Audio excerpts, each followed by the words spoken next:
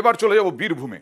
বীরভূমে নার্সকে চড়, রোগীর আত্মীয়র এরকমটাই অভিযোগ উঠছে। কারণ ওই নার্সের বিরুদ্ধে অভিযোগ ভুল ইনজেকশন দেওয়ায় নাকি মৃত্যু হয় এক রোগীর, আর তারপরেই নার্সকে চড় রোগীর আত্মীয়ের। ট্রেনি নার্সের দেওয়া ইনজেকশনে রোগী মৃত্যুর অভিযোগ সিউড়ি সুপার স্পেশালিটি হাসপাতালে। কথা বলবো প্রতিনিধি সুপ্রতিমের সঙ্গে। সুপ্রতিম, যে অভিযোগটা তার কি সারবত্তা আছে? ট্রেনি নার্স সত্যি কি ভুল ইনজেকশন দিয়েছিলেন?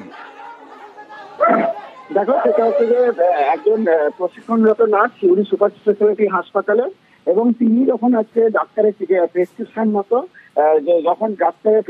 মতো যখন তিনি দিতে চান এবং তিনি যখন সেখানে দিতে যান, সেই সময় কিন্তু যে ডাক্তাররা কিন্তু সেখানে থেকে সেই সময় কিন্তু বৃদ্ধ ভর্তি ছিল সে কিন্তু মারা যায় কিছুক্ষণের মধ্যে। এবং তারপরে কিন্তু রোগীর বাড়ির আত্মীয়রা চড়াও হয় এবং চড়াও হয়ে এই নার্সকে চড় মারে এবং তাকে ধরে টানাটানি করে, এমনটাও কিন্তু অভিযোগ। যদিও এই ঘটনার প্রতিবাদে কিন্তু অন্যান্য নার্সরাও কিন্তু বিক্ষোভ দেখাতে শুরু করে। পরে যদিও জানা গেছে যে 30 মে থেকে বৃদ্ধ ভর্তি হয়েছিলেন এবং তার শ্বাসকষ্ট ছিল, তারপরে তিনি সিউড়ি সুপার স্পেশালিটি হাসপাতালে ছিলেন এবং তাকে রেফার করা হয়েছিল অন্যত্র। তার বাড়ির লোকরা নিয়ে যেতে চায়নি, এখানেই তার চিকিৎসা করতে চেয়েছিলেন। এবং সেই মতো আজকে সকালবেলায় যখন এই চিকিৎসা প্রশিক্ষণরত নার্স তাকে ইঞ্জেকশন দেয়, তখনই কিন্তু কিছুক্ষণের মধ্যেই তিনি মারা যান। এবং এই ঘটনার প্রতিবাদে কিন্তু নার্সকে মারধর করা হয়েছে, শিরোধানি করা হয়েছে বলে একটা অভিযোগ হচ্ছে। যদিও সিউড়ি থানার পুলিশ ঘটনার প্রতিবাদে একজনকে যিনি নার্সকে মারধর করেছিলেন তাকে কিন্তু আটক করেছে। যদিও এখনো রোগীর পরিবারের পক্ষ থেকে থানায় কিন্তু কোনো লিখিত অভিযোগ দায়ের হয়নি। যদিও হাসপাতাল সুপার জানিয়েছেন সমস্ত ঘটনা, এবং হাসপাতাল সুপারের কথা মতোই কিন্তু পুলিশ একজনকে আটক করেছে। ওকে, একজনকে আটক করা হয়েছে, যিনি চড় মেরেছিলেন তাকেই আটক করা হয়েছে বলে জানা যাচ্ছে। আমি আগে অ্যাম্বিয়েন্সটা একটু দেখাবো, তারপরে রোগীর বাড়ির আত্মীয়রা কি বলছেন দেখাবো।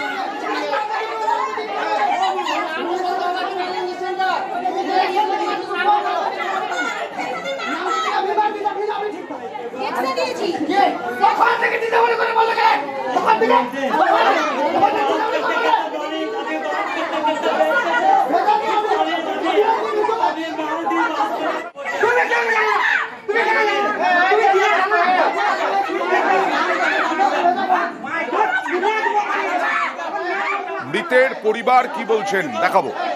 শ্বাসকষ্ট ছিল, বসে কথা বলতে বলতে যেমন ইঞ্জেকশনটা দিয়ে এত দূর থেকে অত দূর গেছে, শেষ। কারা ইঞ্জেকশন দিল? সিস্টাররা।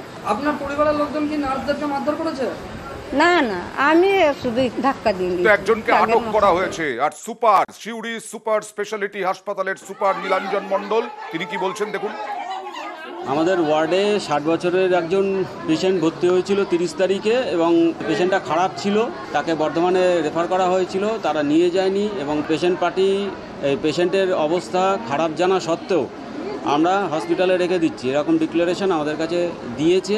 মারা যাওয়াটা খুবই দুঃখজনক। আমাদের একজন নার্সিং স্টুডেন্ট যারা পড়াশোনা করতে এসছে, সেই জায়গাতে তাকে ধরে ফিজিক্যাল অ্যাসল্ট, তাকে ধরে হাত ধরে টানাটানি, এই ঘটনা কখনোই অভিপ্রেত নয়। যা আইনানুগ ব্যবস্থা সেইগুলো নেওয়া হচ্ছে, পুলিশকে জানানো হয়েছে।